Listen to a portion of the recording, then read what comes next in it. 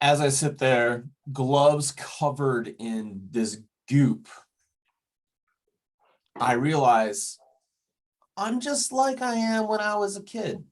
I'm finger painting. I'm finger painting as a professional, trying to get drywall to be super smooth and fill in every single deviation and crack. The day before, I was underneath a sailboat, cleaning off the grime from Fern Ridge reservoirs. We're pulling the boat out for the season, using a sprayer and using this Scotch-Brite type pad. Where did I learn the basics for these things? I learned them in preschool. In preschool, you get the chance to finger paint, play with glue, let your artistic side flow, mold clay, find out what your imagination can do. And at that point, you don't have any inhibitions or hindrances on your imagination, no blocks on it. People haven't told you you can't do that yet.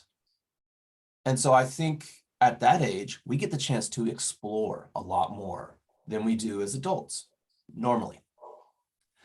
Now, if you are, I encourage you to think back to when you were 3, 4, 5, 6 years old, right in that little block of time.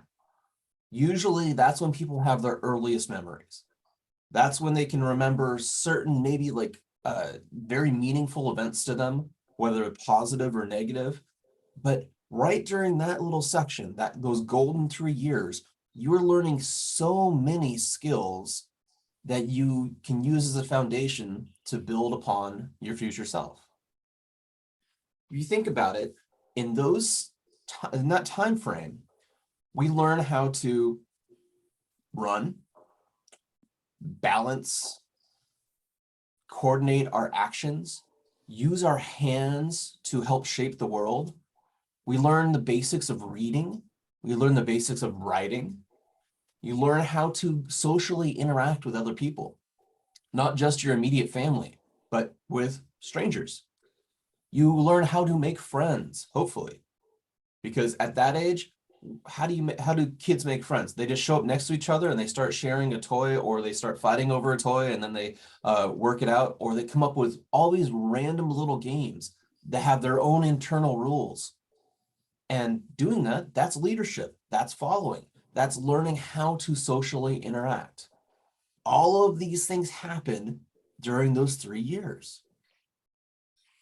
So as I'm thinking about this different way of living, because right now as an adult, I have so many things that I stop myself from doing because of social norms, or because I feel, okay, no, I've already devoted so much time to this, I can't start doing this other thing.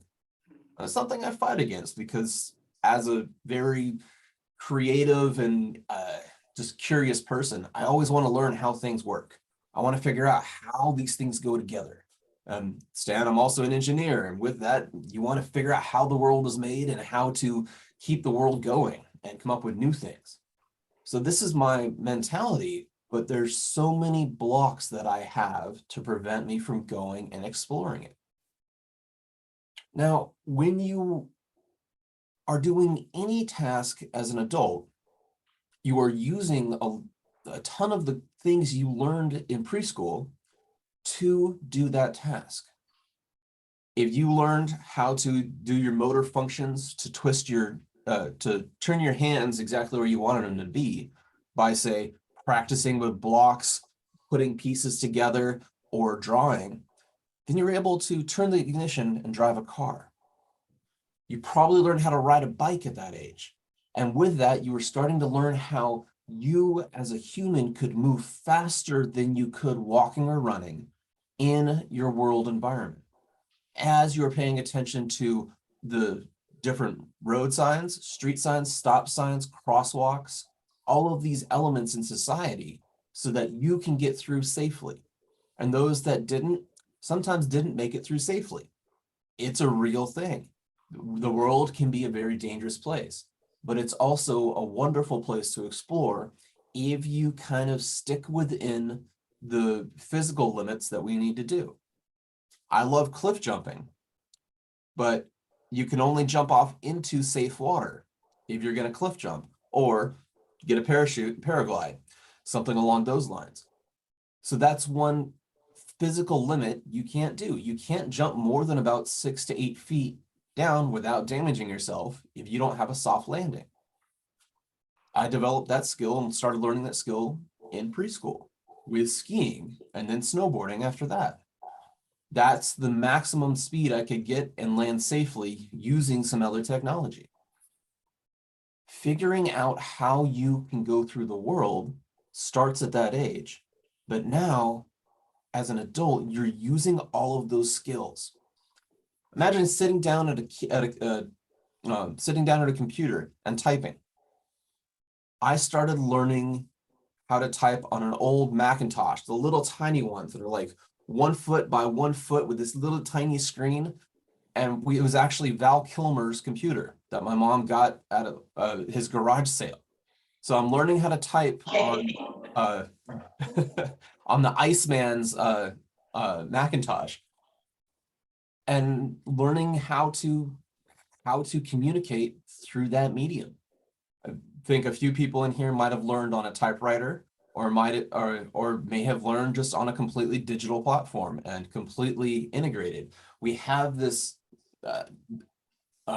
computers are one of those multi-generational things that have changed dramatically.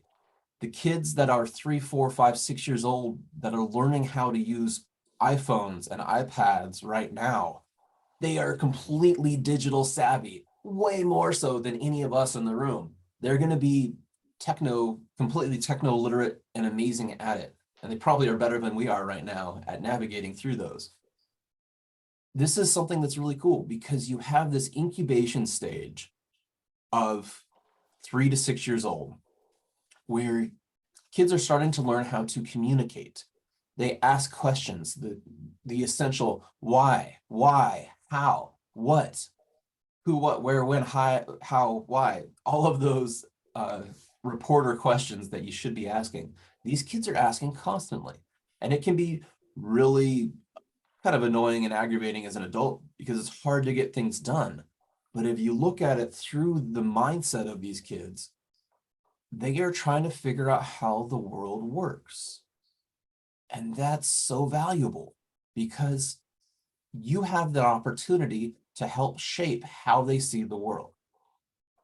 Now, you can either limit it and restrict it, which I hope you don't, or you can open up all of the avenues that they can do. I want you to raise your hand if you've ever gone fishing with a little kid.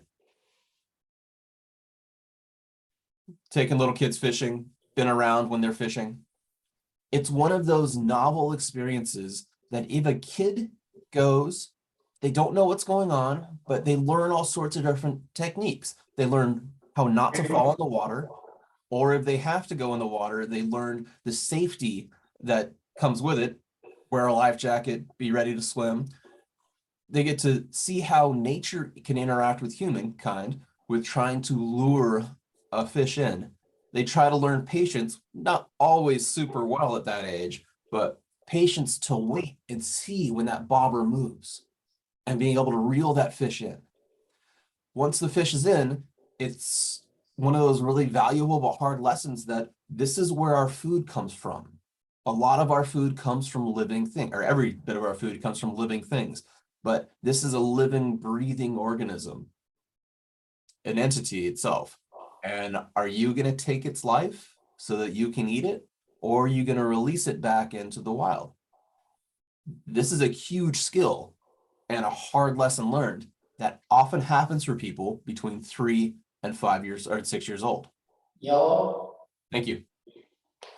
These types of skills, these life lessons are essential.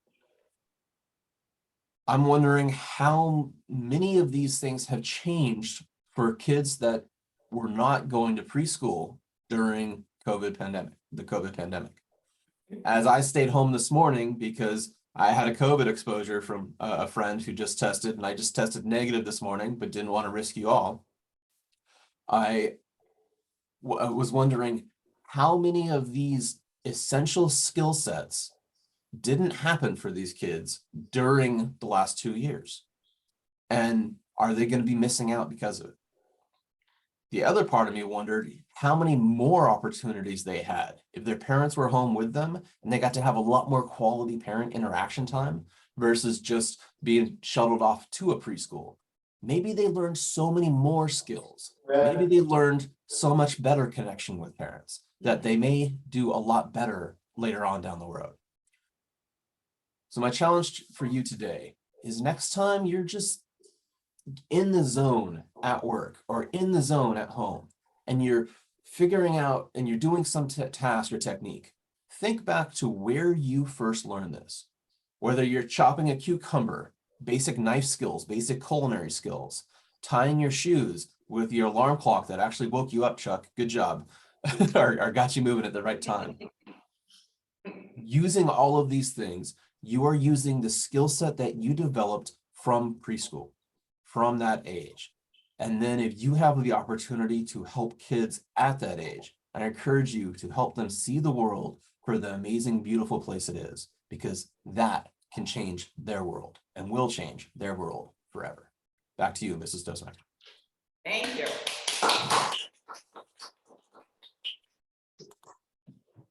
Thank you, John.